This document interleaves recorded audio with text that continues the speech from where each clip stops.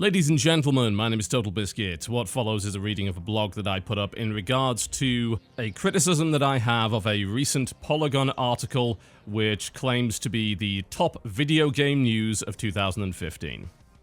I have to wonder, Polygon, did you just not notice that the report that you cited and even linked to when you made the claim in your article entitled Top Video Game News of 2015 that women are, quote, 27 times more likely to face online abuse than men, end quote, was actually taken down to be revised after it was widely panned for inaccuracies and inadequate or incorrect sourcing. In some cases, the report even utilized absurd, controversial sources, such as from a publication affiliated with a man who claims that Pokemon causes people to kill each other samurai style in real life. I mean, did you click the link that you cited on your own website? If you did, you'd see that even the report says it's down for revision, and it was taken down for revision prior to your article being published. I've linked to an archived version of the report so that other people can read it. The organization who published the report has already admitted that the report was inaccurate, yet you're still linking to it. You're still using it as a linchpin for your argument. You're engaging in the same thing that anti-vaxxers do, repeatedly relying on a debunked study to push an agenda. You do realize this is why people think you suck, right? Have you even read the report? Because I have. The same report claims that video games are turning children into killing zombies. That alone should set off some alarm bells in your head. That alone should trigger the response of, wait a second, I'm writing an article for a gaming website, and this quote sounds a little too similar to Jack Thompson's much-derided rhetoric. Maybe time to engage a little skepticism. Let's talk a little bit about the shocking statistic that you published. The stat is that women are 27 times more likely to suffer online abuse than men. The quote itself is sourced from an infographic that supposedly comes from the Networked Intelligence for Development 2015. This is initially confusing to me because of the way that the source is presented. It reads as if Networked Intelligence for Development 2015 is the name of a study of some kind, so I was trying to find the name of the organization that published it. It turns out that it isn't. The organization being sourced is called Networked Intelligence for Development, or NID. The bit about 2015, well, one has to assume that means it's based on information they gathered and presumably published in that year. I tried to find exactly which study this was part of and how they came to this conclusion. You know why I can't find it? Because the online report you linked to doesn't link to the source at all. It's not in the footnotes. It's not underneath the graphic. It only gives information on which organization they sourced it from and not the study itself. The 27 times quote occurs only a single time in the entire UN report. Yet it's one of the most repeated and most publicized, quote, facts, unquote, that this report presents. Why wouldn't it be, after all? It's shocking. I mean, if I were to read a quote like that, I'd immediately think we have to do something about this. This is terrible. But that figure is so high that it seems outlandish, and as such, I need to see the evidence that backs it up. The problem is I can't find the evidence anywhere. I went looking for the source of the stats, so I visited Networked Intelligence for Development's website. I was looking for a study. The UN report Polygon linked says the source for the claim is Networked Intelligence for Development 2015, so naturally the first thing I did was to go and look for their 2015 studies. The problem is they don't seem to have any. The latest report available on their website is from 2014, entitled Strengthening Sustainable Agriculture in the Caribbean, a guide for project support and guidelines for a policy framework. Did the organization produce this infographic solely for the UN report? It certainly looks like something that they would produce. The color scheme is consistent with NID's branding and web design. But where is it? Where did the infographic come from? Where is the study that backs that quote up? That's the problem. It doesn't exist within the UN report. That statistic has nothing to back it up. It actually seems as if the infographic was produced solely for the report, because I can't find it anywhere else on the internet. The only places this infographic seems to exist are quoting the UN report. It's entirely possible that my research wasn't thorough enough, that I may have missed the actual source of the infographic. However, right now it seems to me that the UN report, in its most shocking statistic, is quite literally sourcing itself. The paragraphs that follow the infographic do little to support the statistic either. There is a quote that states 18% of women in the EU experienced a serious form of online violence since the age of 15, which corresponds to about 9 million women. This cites an EU report that, actually, the report in the footnote doesn't seem to exist. The site they cited for this statistic, 404s. This is true of many of the footnotes, by the way. The footnote which precedes the article is a link to a blog as a source about a Pew Online harassment study, not the actual study itself. The blog also 404s. The page doesn't exist. I went digging around to find the actual EU report, and did so fairly easily because I know how to use Google. I looked for the source of the quote. Problem is, the quote is made up. It doesn't exist in the form that it's presented in the EU report. If you take a look at the referenced EU report, which I've linked in my blog, by the way, all of the links are there if you want to have a look, you'll find a very similar, but not, crucially, identical quote.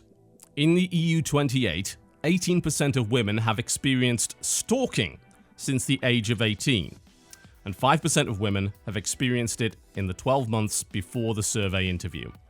This corresponds to about 9 million women in the EU 28 experiencing stalking within a period of 12 months. So, it would appear that this UN report misquotes the EU report and places it out of context. The reason this happened is that the UN report sourced a goddamn blog instead of the actual study, and the blogger misquoted the report.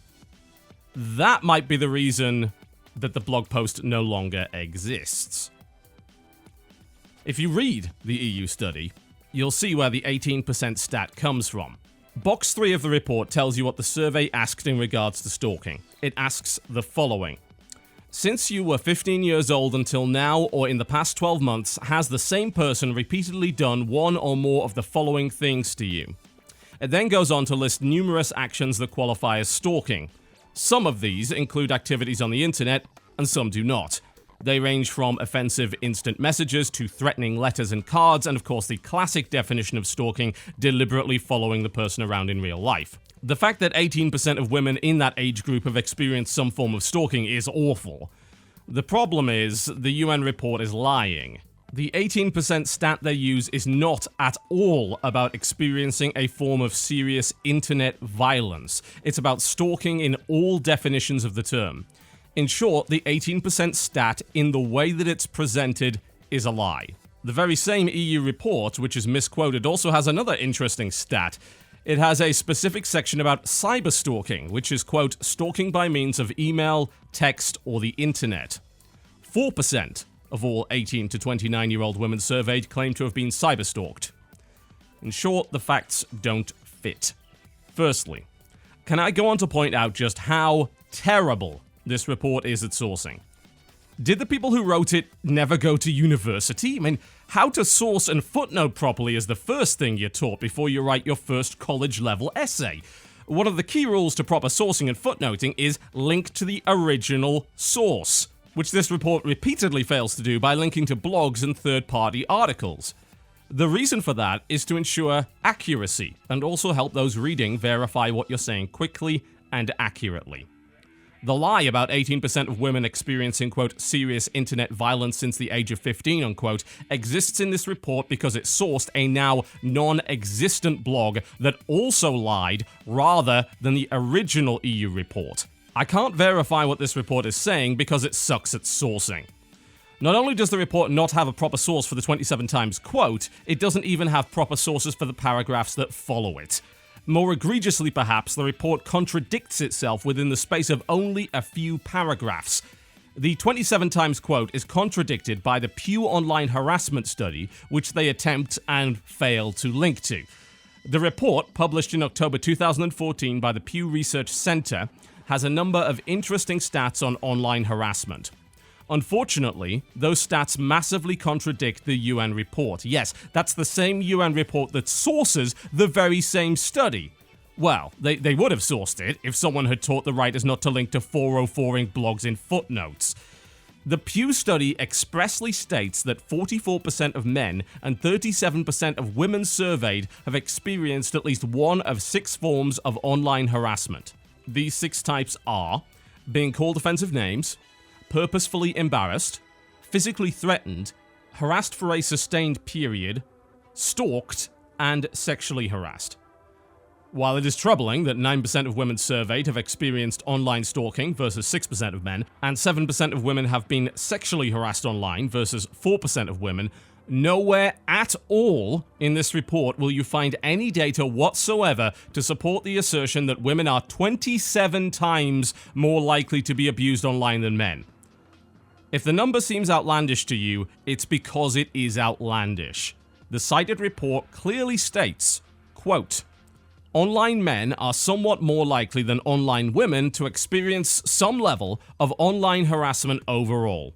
Some 44% of men and 37% of women have experienced at least one of 6 types of harassment. Men are somewhat more likely than women to experience certain less severe forms of harassment, like name-calling and being embarrassed. At the same time, online men are slightly more likely to have received physical threats. While the differences are small, women are significantly more likely than men to report being stalked or sexually harassed on the internet. Name-calling and purposeful embarrassment are the most common forms of harassment experienced by both men and women alike." End quote. The Pew report could be wrong. Hell, any study can be wrong. Methodology can be brought into question, accuracy of data can be criticized, statistics can be manipulated to support a predetermined conclusion. However, this is a study that the UN report itself cited, and this study completely contradicts the 27 times more likely quote. And hilariously, it does it one page after the only instance of the claim is made. Well, it would be hilarious if it weren't such a serious matter. Polygon. The long and short of it is this. I understand you have a certain political leaning. I'm happy that you, at least once anyway, have been open about that fact. You are entitled to this leaning, and you are also entitled to let it influence the content you create. You are entitled to your opinions and entitled to publish them.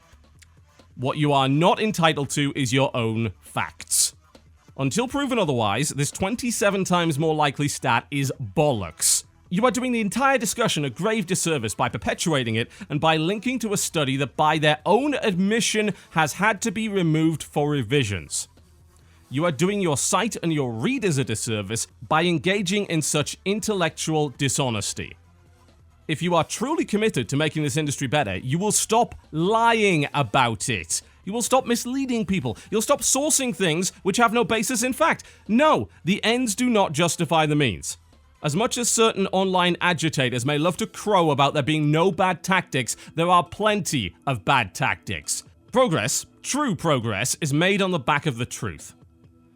In my opinion, posting such articles doesn't necessarily demonstrate malice on the part of Polygon. What it demonstrates is journalistic incompetence, laziness, and an unwillingness to even read the material you're sourcing or do any proper research before just throwing your opinion out there on the internet.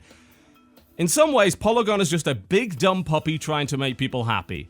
They mean well, or at least they think that they mean well. I'm giving them the benefit of the doubt and saying they're actually wanting to help. They want to make things better. But the problem is, they're willing to believe just about anything in order to do that and use their platform to perpetuate falsehoods in the name of that long-term goal of progress. That, at least in my eyes, is not okay. If women really are 27 times more likely to receive harassment online, then that is a tragedy that needs to be addressed. Problem is, until proven otherwise, that doesn't seem to be true. And I'd much rather we were tackling problems that we can see rather than swinging wildly at shadows. Extreme conclusions can lead to extreme reactions. If 2015 can be defined as anything, I would define it as the year of professional online dishonesty.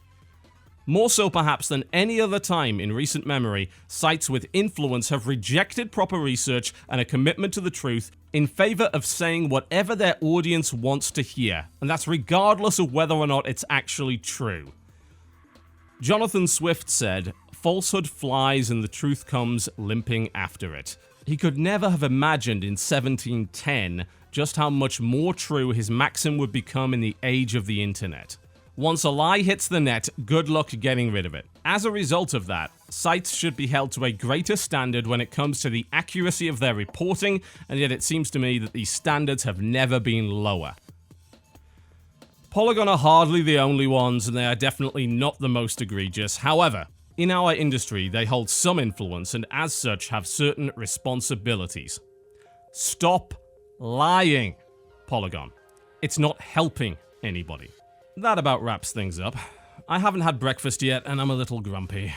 Perhaps I'll have some puff pastry canapes and wash it down with some fizzy water. I'll see you next time.